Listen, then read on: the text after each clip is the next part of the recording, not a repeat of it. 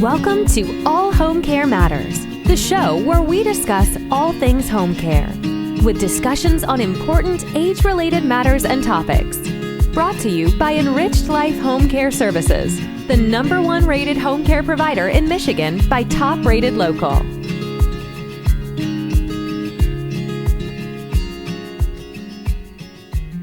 Hello, and welcome back to All Home Care Matters. If this is your first time visiting us here at the show, we want to say thank you for taking time out to be with us today. We appreciate how valuable everyone's time is, and that's why we try and make each episode here at All Home Care Matters something that will hopefully matter to you. Today, we are honored to welcome Natalie Black. Natalie is the Chief Executive Officer of Comfort Keepers North America. Welcome, Natalie. How are you? I'm good. How are you doing? Good. It's great to see you. Thank you for taking the time to join us. You know, I introduced you as the CEO of Comfort Keepers. For our viewers and listeners who may not be familiar, Comfort Keepers is a home care company, home care franchise, and you service people, I'm imagining, pretty much anywhere they need your help and assistance at with their activities of daily living and companionship and, you know, all of those sorts of things to let them continue to living safely in their homes. But before we kind of jump into, you know, some of the questions I had for you, I want to kind of start with you, personal story. What got you involved in home care space and with Comfort Keepers? You know, I like to say that I lucked into home care, and I'm quite passionate about home care, but it's not necessarily an area that I set out to say that I was going to be involved in. I knew somebody that worked with the company and lucked into it. And then since I've been here, I could never imagine doing something different. Yeah. I feel quite passionate about growing a business that does good things for the community. Home care has touched me and my family as it has many, many people. And I think that so much good can come from us growing it as a company for us with Comfort Keepers, but overall, the availability of home care for people. I could not agree with you more fully. You know, for myself, I was not really aware of home care many years ago. And I think that's the case for a lot of people where they are still thinking in terms of the traditional options for their loved ones or even for themselves, where do we have to put grandma in the nursing home? Do we have to put grandma in the old folks home? Or, you know, and they just aren't aware oftentimes that this wonderful resource is sitting right there and is available to them to let them have the best of both worlds. Grandma can still stay in her familiar, comfortable surroundings and environment, but she can also get the care and support that she needs while doing so, you know? And so when I discovered it, Natalie, I'll share that you'll appreciate this. My father came to live with my wife and I very, very unexpectedly, wasn't planned. He had suffered a very severe fall, and the fall led to an abscess, which then led to the abscess bursting, which led to osteomyelitis, which is infection of the bone. And we got a call from a home health care nurse that said, you know, we have your father here. He's either going to have to go into rehab for a few weeks, or would you be open to him staying with you for a few weeks? And I'd like to think that most people would choose the option of letting their loved one come stay with them.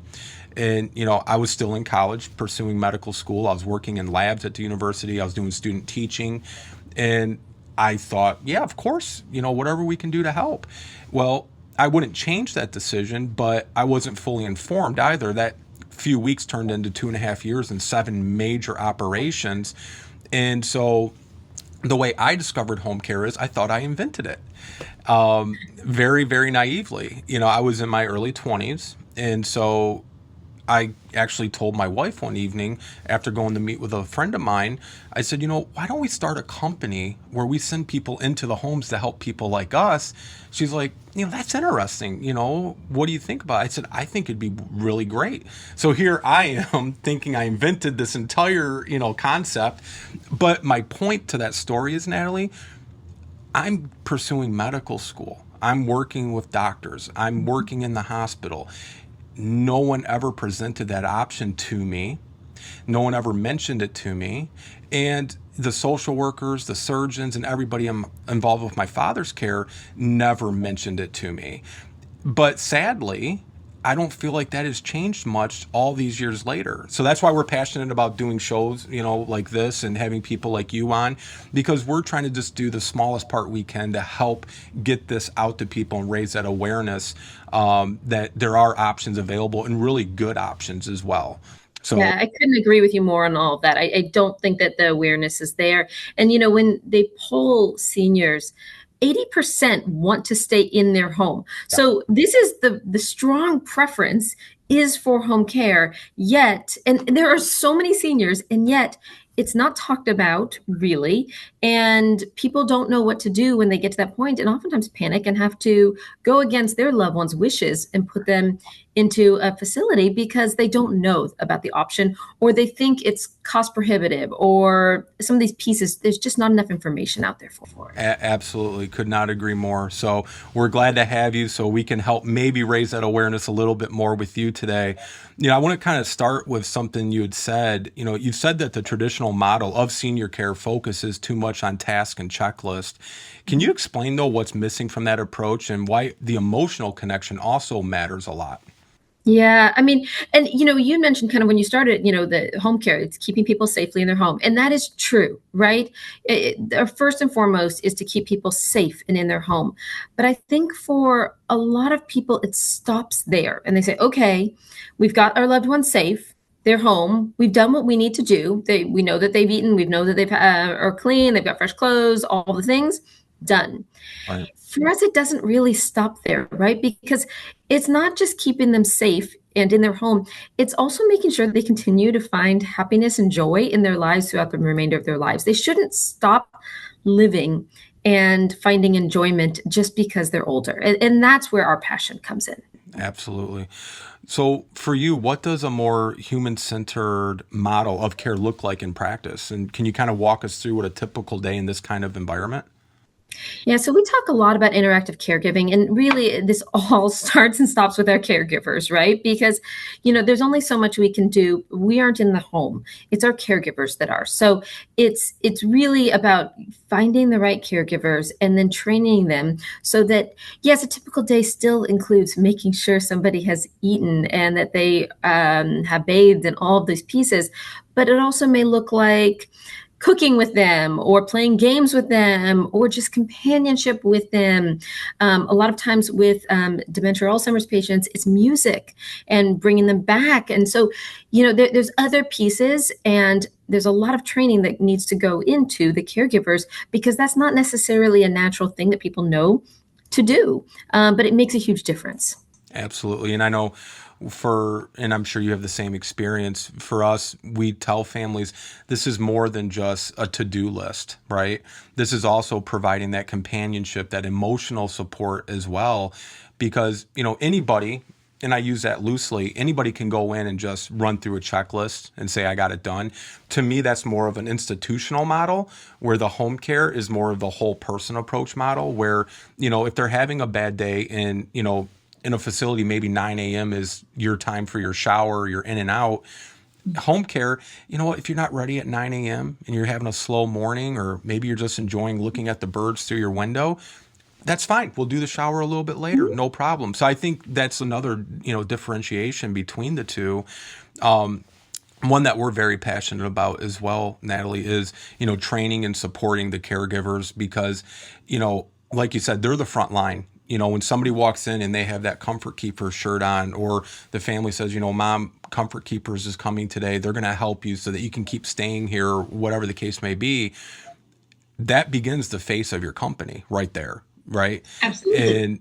And it is so crucial and vital because I don't know about for you guys, but we often hear staff when we're interviewing or, we're meeting with them for, a new position or whatnot, they're coming in already a little skeptical because they've been in that facility where they said they're going to have 12 patients for their census, and all of a sudden they're taking care of 18 or 20, and they don't have that time to sit and spend with that loved one. If the person's having a bad day, they said, I want to sit there and comfort them. but I can't because I have to get to these other people, So I think they really look for that refreshing environment that oftentimes that's the reason they got into healthcare. It's not just to complete that checklist, it's to actually make a meaningful, deep, impactful connection with somebody. So for you guys, how do you train and support caregivers to build those deeper connections with your clients? And are there any specific tools or mindsets that you guys focus in on? There's definitely a philosophy and a talk. We talk so much about joy and interactive and elevating the human spirit, which is just something you hear through and through with comfort keepers. So there's just a general philosophy and culture there, but also there's a ton of different tools for training. But the biggest one that I have found is making sure you take the proper time and do it, because for home care, oftentimes there's somebody that needs something over here and you're like, okay, you've been trained enough, get out there and go do it. And you can't cut the corners. You've got to have a robust training program, and then you need to make sure you follow through on it so that when you really send your caregivers out there, they're armed with the tools to properly be able to go do this. And that's where it all comes down to. That's incredible. A lot of people associate aging with isolation or decline. And, there's numerous studies and research that supports isolation can help expedite health decline mentally, emotionally, physically. How do you at Comfort Keepers challenge or change that narrative through your care philosophy? And I know you kind of alluded to it a little bit, but if you want to go deeper in on it. Yeah, I mean, it's really about meeting the client where they're at, because they are isolated. And the caregiver, by the way, could be the only person they see for the day, right? And so we meet the client where they're at. And as you talked about a little bit there, right? If they're not up for something for the day, that's okay. But teaching the empathy is hugely, hugely important. And I think sometimes we assume that everybody knows how to use it appropriately, and that's not necessarily true. It's one of those things that you do have to purposefully train for so that when you're sending your caregiver staff in, they're empathetic to where their client is and then can bond with them and meet them where they're at and provide that companionship that they so desperately need. Yeah. I just want to circle back. You mentioned a few things, and it just has me curious. We talked about the awareness to the industry as a whole and things like that. For us, and I don't know if you had the same experience with Comfort Keepers, during COVID, we noticed a dramatic increase in awareness to home care. And it took COVID, unfortunately, to bring that awareness. Did you guys notice the same thing? We did. COVID was an interesting time. There was definitely more awareness. There were a lot more challenges, and then there was a big change in the workforce. And so there were all these different things that were happening at the same time. But I think it did speak volumes to how important home care was, because it was an essential service during that time. We could not stop providing home care, even in the midst of the pandemic. And honestly, I believe home care kept many, many people alive because it kept them safe. Absolutely, 100%. And, for us, it gave us a sense of accomplishment in the sense that a lot of healthcare professionals started discovering, instead of, well, what, we think maybe your mom should go to rehab for a few weeks or, this, that, or the other, they started recommending home care as an option because it was safer and more viable, which, if there had to be a positive from COVID, I feel like for our industry, that was one of the positives. I agree. Many people really see, we talk about measurable differences, pros and cons and, outcomes and satisfaction. Have you seen measurable differences, whether, there was outcomes, client satisfaction or caregiver retention when that emotional and social well-being are prioritized? Absolutely. I mean, it makes a huge difference. And by the way, it doesn't stop with just the clients and the caregivers. You also have to talk about the office staff, right? Because a lot of this starts there, right? And so having a really good culture in the office where they really enjoy being around each other then helps the caregivers have a good community that then they feel founded in, which then helps the clients. And all data points towards success there. The biggest one of which is caregiver and client retention. So your retention rates substantially improve when you've got this great culture where everybody works well together.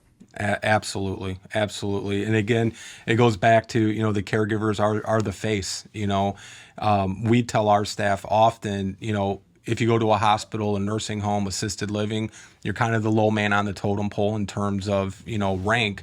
But in home care, you are the top of the totem pole. And, we try to treat them that way and really reinforce it, because far too often I feel like people, get misused and they get misled and they're given promises. I can't tell you how many times we've heard that from people who've been at other companies. So, we're almost having to re-educate them. And, for us, we say, don't take us at our word, take us by our actions, right?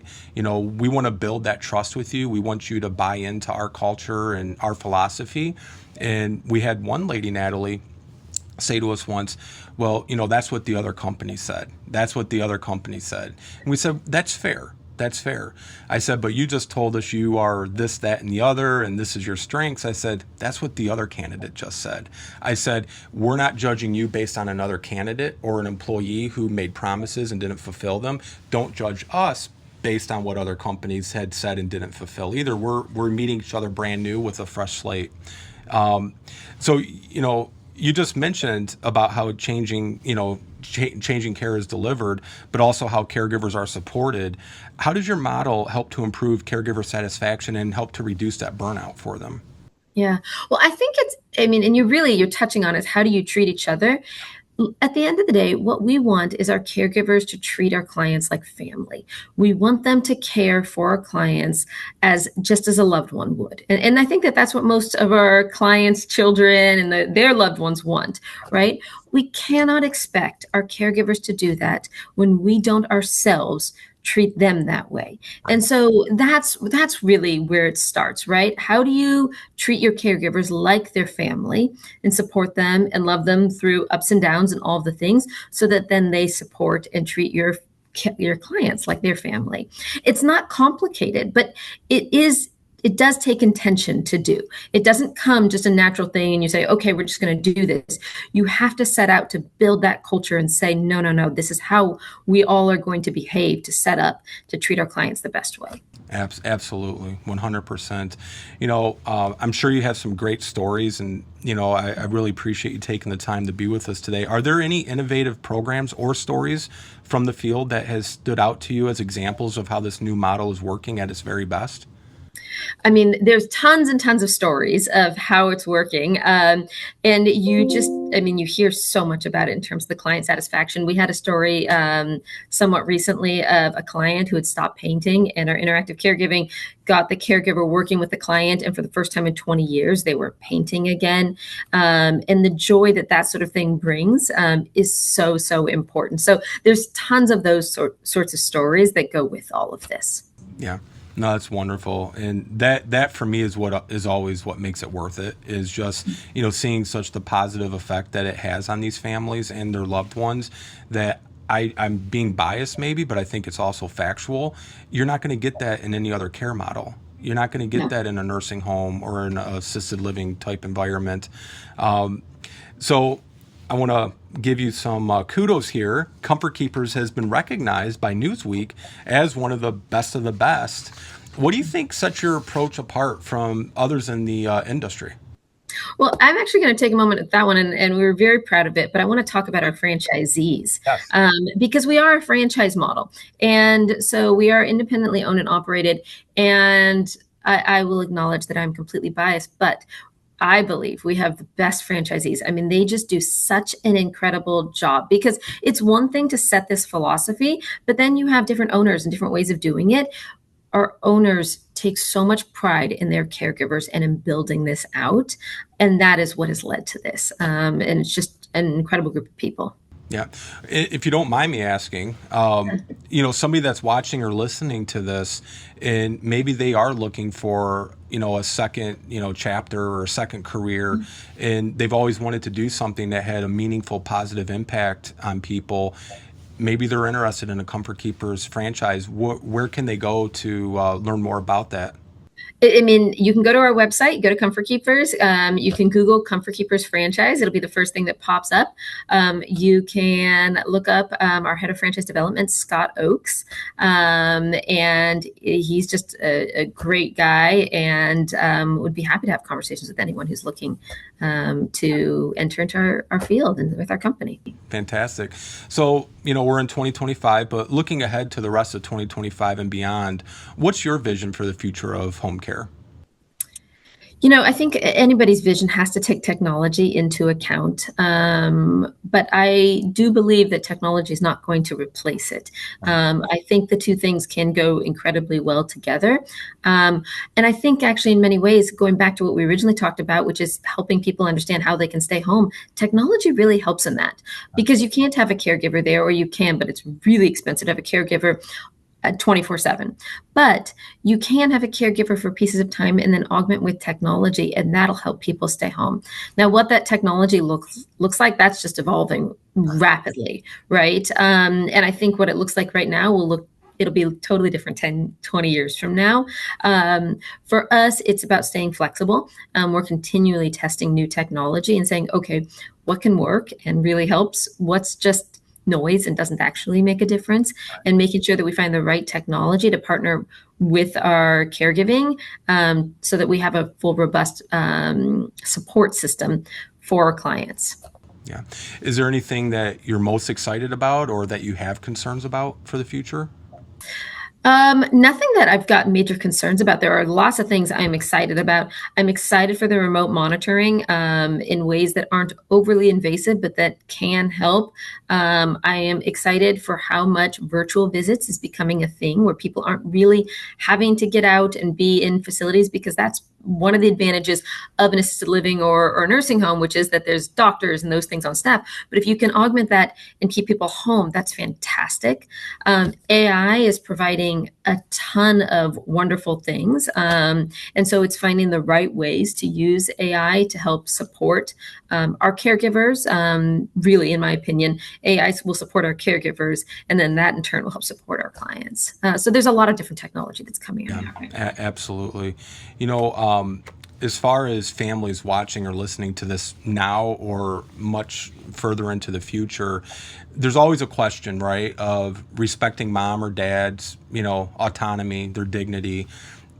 And they're not often sure, if this is the right decision. Should we go there? Is it too soon? Are we overstepping? For those families who are exploring care options for their loved ones, what advice, Natalie, would you give them to help ensure that they're choosing a care model and the right option that's truly going to help support their loved one's quality of life? Yeah, well, I think probably first and foremost, my advice would be start sooner rather than later, because oftentimes clients come to us after they've been home and they didn't realize how much their parents had declined or something like that. And it comes in a bit of a panic, right? Of, oh my gosh, I didn't realize how bad this one. I need somebody in now. And then they're making decisions based on who's got availability versus who's the right partner to work with to make sure that we have a good partner in taking care of mom or dad. So start early to give yourself the time to do the research, find the right company that does the right training, that has the right philosophy, so that then you can find the right care. Absolutely. Before we close out, I got just a couple more questions for you.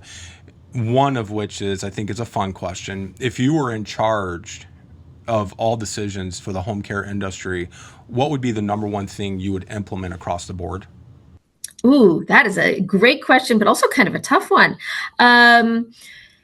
I think there would be more support for our caregivers. Caregiving can sometimes be a difficult career path, and finding a way to have more support for our caregivers so that it can be more of a structured career path, and they aren't needing to feel like they have to augment with other things, or that they aren't always stressed. I think that for the overall industry of caregiving and for home care would be a good thing. Absolutely. And one of the other questions I had for you, because we get this quite a bit, and I'm sure as you do, families that are choosing between going through a vetted, licensed, secured, insured company versus hiring that person who says they're a caregiver and they see it at their local supermarket hanging on the wall. What do you advise to those families who are weighing between a private pay caregiver versus going through a company? Yeah, and it's a a question we get often, and I think a lot of people face this one. What I'd recommend is really looking into the training they've got, because you want to make sure the training is proper, and you also want to make sure that you've got backups and all of these pieces, right? Because we've had this happen many, many times where somebody goes down the route of hiring their own caregiver and that type of thing. And then all of a sudden the person no shows, or this happens, and they're in a sheer panic because all of a sudden mom or dad doesn't have care and they don't know what to do. And they're going to have to fly in from somewhere else. And I'd recommend people really doing their homework on that. Yeah, absolutely. And, for us, I'll just add to, it adds an extra layer of complexity to us in Michigan, where I don't know if you're aware or not, but Michigan is a non-licensed, non-regulated state for home care, which, we had the president of the Home Care Association of America on, and we were talking a lot about the effects of COVID and the, trends in the industry. But then we got into that part of the discussion, and that kind of, took over the whole, theme of our interview with her. And I just wish if I could make one change, my change would be it's all regulated, because again, I can't call a plumber and have them come into my home to fix a leaky drain, but I could call, quote unquote, I use it loosely, a home care company to come in to take care of my loved one with their prescriptions, their jewelry, their health needs, all that complexities that come along with it. And that's one of the things that we're very much advocating for here in Michigan, is that there is some sort of oversight for the home care industry, because again, families already are at a disadvantage because they don't know what they don't know. So they see a word company, they assume it's a company. Just like when you and I go to our doctor or our dentist, we're not asking, well, do you really have a dentist license? Did you actually go to med school? Right, Did you right. really? Yes. And so for me, it's no different with home care. Nobody's asking to see our documentation. They just assume. So we function and operate as much as we're able to as a licensed regulated company. But and I know there are so many people out there where it's just a financial motive and it's quick and they think it's easy money and all this. But these poor families are left so exposed to so much liability and they don't even realize it. So that would be my change, Natalie. We're all regulated. Thank you. And so, that I would just like to see that happen someday in the future, because, it's about protecting these families. Any parting words or advice you'd like to leave for our viewers and listeners? I hope that everybody takes the time to think about home care in general, and hopefully the people that are listening here already have, and then to really think about, if they're going to utilize home care, what does this company stand for? And who am I really bringing into the home? Not just the individual caregiver, but the company as a whole, to make sure that they find the right fit. Absolutely. And we're going to have links to Comfort Keepers in the show notes, as well as any of your socials. Natalie Black, CEO of Comfort Keepers North America, thank you so much for taking time out today to talk with us. Thank you. Appreciate it. Have a great day. You too. Bye. Thank you for joining us here at All Home Care Matters. All Home Care Matters is here to help families as they navigate these long-term care issues. We invite you to visit us at allhomecarematters.com, where there's a private, secure, fillable form where you can give us feedback, show ideas, or if you have questions. Every form is read and responded to. And remember, you can listen to the show on any of your favorite podcast streaming platforms, or watch the show on our official YouTube channel. Just make sure that you hit that subscribe button so that you never miss an episode. We'd also like to say thank you again to Natalie Black for joining us today. We look forward to seeing you again here at All Home Care Matters. Thank you for joining us today. We look forward to you joining us again on another episode of All Home Care Matters. To learn more about the show and to connect with us, visit us at allhomecarematters.com.